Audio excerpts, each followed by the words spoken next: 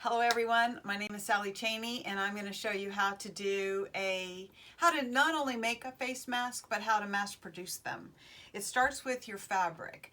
The best fabrics I've found to be tightly woven sheets, high density sheets, microfibers, which you can also get in a sheet, or quilt fabric. I have also ordered some antimicrobial fabric to make them, but I have a feeling it's not necessary, so go with the most abundant and economic fabric you can get, but be thinking about who's going to wear them. The people who wear them will be the people who don't normally need face masks, like all of the people working in nursing homes, the clients. I know of one nursing home locally that needs 180 masks, family members, and people who don't feel well. If you yourself get a upper respiratory cough or something, you might want to wear a mask. And another reason to have a mask is if you don't want to touch your face, which I will tell you, in sewing, I didn't realize how many times I touched my face or put my pins in my mouth or do a lot of different things like that. So you want to be very careful about that. The masks I'm going to show you look like this. I have the one option, they're the pleated kind. One option is to have the ties on the side, and I have a little twisty inside. So when you put them on, ideally you want it to go up to your nose where your glasses would be, and you want your strings long enough to tie. And then the other thing is it should go all the way over your chin too. So you want to bring it down and have it cover your chin, and then you tie that. So that's one option. The other option is to have your ties go across, all the way across, and tie. This, for some reason, I find this a little bit more comfortable, but really I don't know that it matters. The only thing is that with the ones on the side, you have a little more leeway with having the top one a little bit longer and the bottom one shorter, because they don't have to be as long on the bottom. So that is what we're making here. These also have a space in the back to put a filter in. So it can be with or without filter depending on who's wearing it and if they want to add the filter. So after watching many videos from doctors and nurses, this is what seems to be the most desirable option. The ties are up to you. Try it on, wear it for a little while, and see what you like. Once your fabrics are washed and dried and ready for you to cut, then you can use scissors or you can use a rotary cutter. My sheets were striped, and I just felt compelled to cut them exactly on the stripe. This is an example of my sheets cut into strips. I was compelled to use scissors just because I wanted to cut exactly on the stripes vertically. These are stripes horizontally, and so I'm fine with using the rotary cutter. First thing I would do is clean up the edge like so. I've actually already done that, and then turn the fabric over. Once you have the fabric on here, I'm going to recommend making them 8 inches wide by 18 inches long. Mine are 7. I think they could be a little bit wider. It's up to you on that. But from here on out, all my directions will be 8 by 18. So you cut that, and then you just cut all the lengths you have. And like I said, that is a scrap of fabric. I'm going to show you the real sheet fabric that I have. Once you have those cut, you would open them up and lay them on top of each other. You can press them if you want to at this point. Lay them one on top of the other, or you can double them, however you want, whatever your preference is, and then cut your 18-inch length. So you would cut here and then cut across the 18. These are cut, ready to be sewn. Now when you fold this up, it's another nice thing about using a sheet is that many times both sides are the right side, so you're not quite so concerned about that. I'm using finger pressing. You can use your iron, or you can use a tool to press, and I'm going to just start stitching. Now, because I'm using sheets, you might find that your needle wants to push the fabric in. This is actually a sharp needle. This is a denim needle, size 80. If you can get a denim needle size 70 or another sharp needle, that's what you want, because the density, the high count, thread count, is hard for a universal point to punch through. So you just go from one to the other, and notice how as I finish one, I start the second one. So that is step number 1 in the sewing.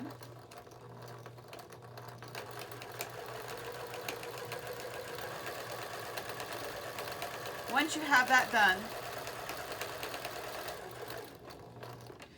you've sewn all of them all the way down the stack. You turn them around, and then you repeat on the other end. You end up with a string of finished edges. Next, you're going to cut them apart and stack them up. Excuse me. Ready for the next step. Oh, oops, one more. Ready for step 2, we're going to mark them. And you're going to use your template. And their template is 1 inch shorter. And notice how I haven't pressed. If you feel compelled to press, you can. I want to show you how to do it as quickly as possible.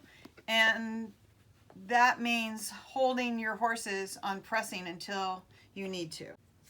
Okay, so the first thing we're going to do is we're going to take our template and we're going to work on the right side of our fabric with the hem to the back side. And then we're going to match the hem at the top, and we're going to match the hem at the bottom. Then we're going to make all the same markings. Normally, I would use a water-soluble or a disappearing ink pen, but for the video, so that it's easy to see what I'm doing, I'm going to use a regular ink pen. Then I will go back and do all of the markings, showing me which direction to pleat, where the front is, where the bottom is, the top, the back pleat, and then the fold. I'll do the same on this side. Most important thing being the lines. The arrows are not necessarily important. And again, I would not use ink that I couldn't wash out or disappear with air normally. So then I'll go ahead and do my arrows, arrow, arrow, arrow, and mark front, bottom, top. This top fold, you don't have to mark because it has nothing more to do than to be the third pleat on the back. Each one has 3 pleats front and back. Now we're going to sew it. And the arrows have to do with the direction of the pleat. So this means that line is folded and brought up to this line. So there's pleat 1. And we're going to sew that. Go ahead and lower your needle so that when you do pleat 2, now this one, I'll go from this line downward, the arrow telling me which direction, and I'm going to match these 2 lines up to make the second pleat. Raise my foot and tuck that in. And you can use a tool to do this. We all have a tool. I'm just going to use this tool because it's the closest thing to me. But you can use whatever you have to help you with your fingers when you sew. And notice how I'm not getting that line perfect because there are no pleat police on this. You just want to use that as a guide. You want to get as close as you can. You don't have to spend a lot of time making it perfect though. And then we're going to take this last one, fold it up, and stitch it down. Holding on to it. You can pin them if you want to. Especially at first, you might want to pin. Then I'm going to turn it around and do the exact opposite from the other side. And this is why these arrows aren't as necessary on one side, the second side, because you're going to use the opposite side to help you know which direction that pleat's going. So we're going to start stitching that down, and we're going to repeat.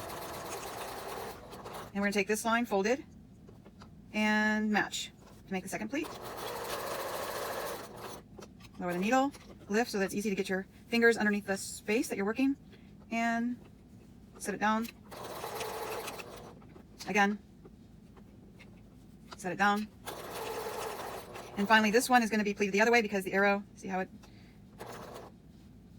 just fold it, match it, stitch it.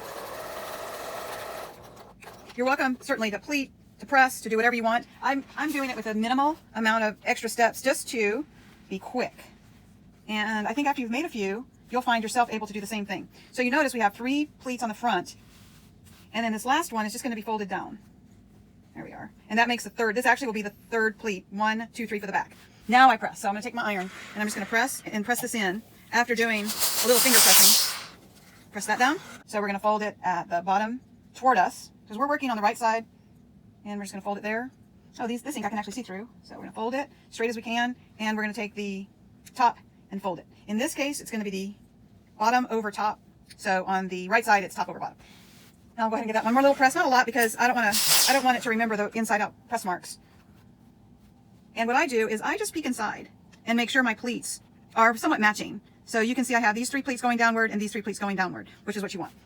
Now I'll just stitch the sides up.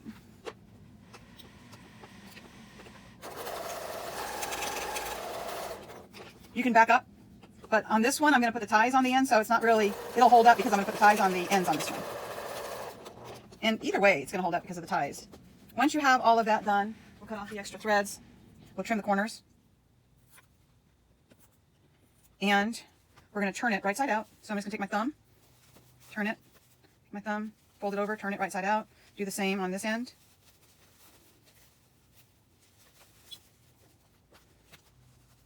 And we have the back with the 3 sides.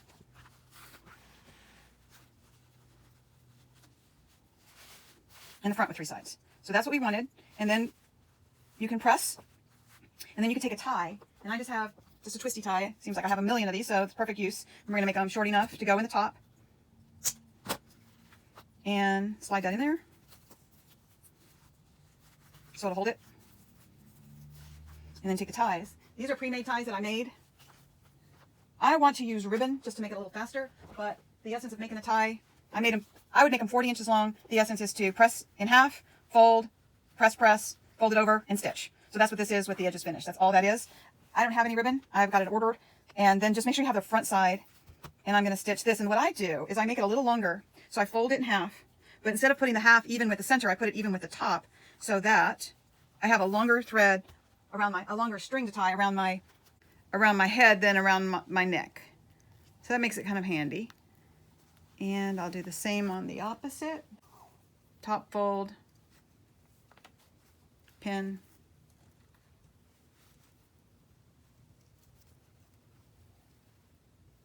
and stitch. And when I stitch, I will stitch from the bottom. I'll probably do a little reversing here. Pull my pin out before I get to it. Needle in. And I'm going to pivot and go right along the top to hold that tie in at the top of the bridge. Sometimes they tell you only need it just big enough to go over your nose, but it seems like it would be harder to do that way, so I'm doing it what I consider the easy way. And let's just sew to the next tie. Pivot. I encourage you to press this before you sew the tie on.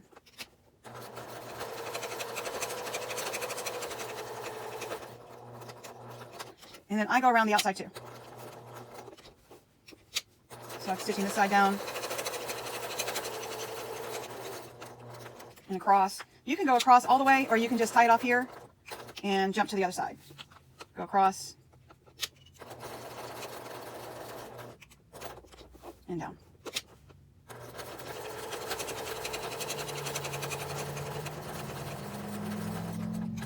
So, and that is why I don't bother tying off on the inside seam, because it gets really well tied off with the ties. That's one style, cut that thread. The other style is virtually the same thing. I'm not going to actually sew it, I'll just show you with ties. So taking another one that's already done, folding it, top, bottom. This is with disappearing ink. You can see the difference in the ink color. This is going to fade away or wash away. Sewn right sides together. All right, so that's already sewn, imagine. And then the other ties would be with the twisty up in the top, like that. Visualize these finished. And then when you sew this, you're going to sew above and below the twisty and this time I would center it. I would center this tie if I was doing above and below, and the second tie. So just to give you an idea of how to do that, it's the same thing, only just do it across the bottom instead of across the sides. And feel free to call me 615-347-6276, and I hope this is very helpful. Thank you.